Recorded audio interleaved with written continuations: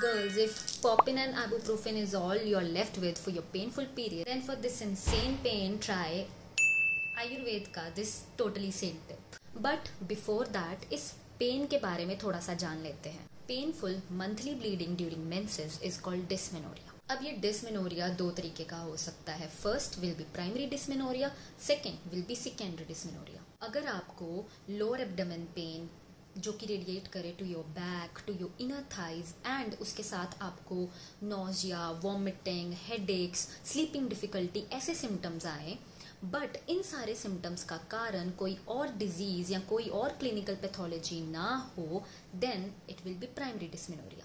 And वही अगर ये एसोसिएटेड हैं with any clinical pathology like endometriosis, fibroid, adenomyosis, pelvic inflammatory diseases या फिर after C section, even after intrauterine contraceptions, then ये है सेकेंडरी डिस्मेनोरिया.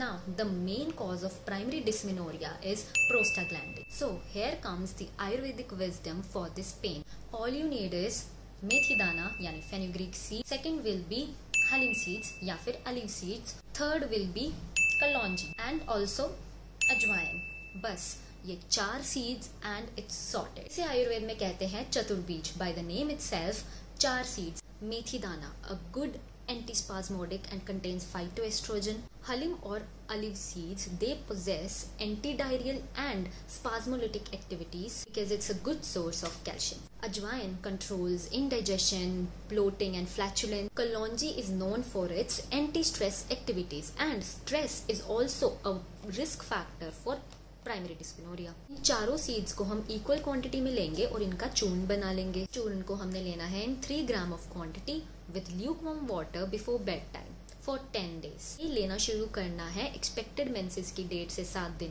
पहले and 3 days during the menses. But if you are a women with excessive menstrual flow या फिर पित्तज प्रकृति, then avoid using it और use it in less quantity with घी और milk. Try this and see the results.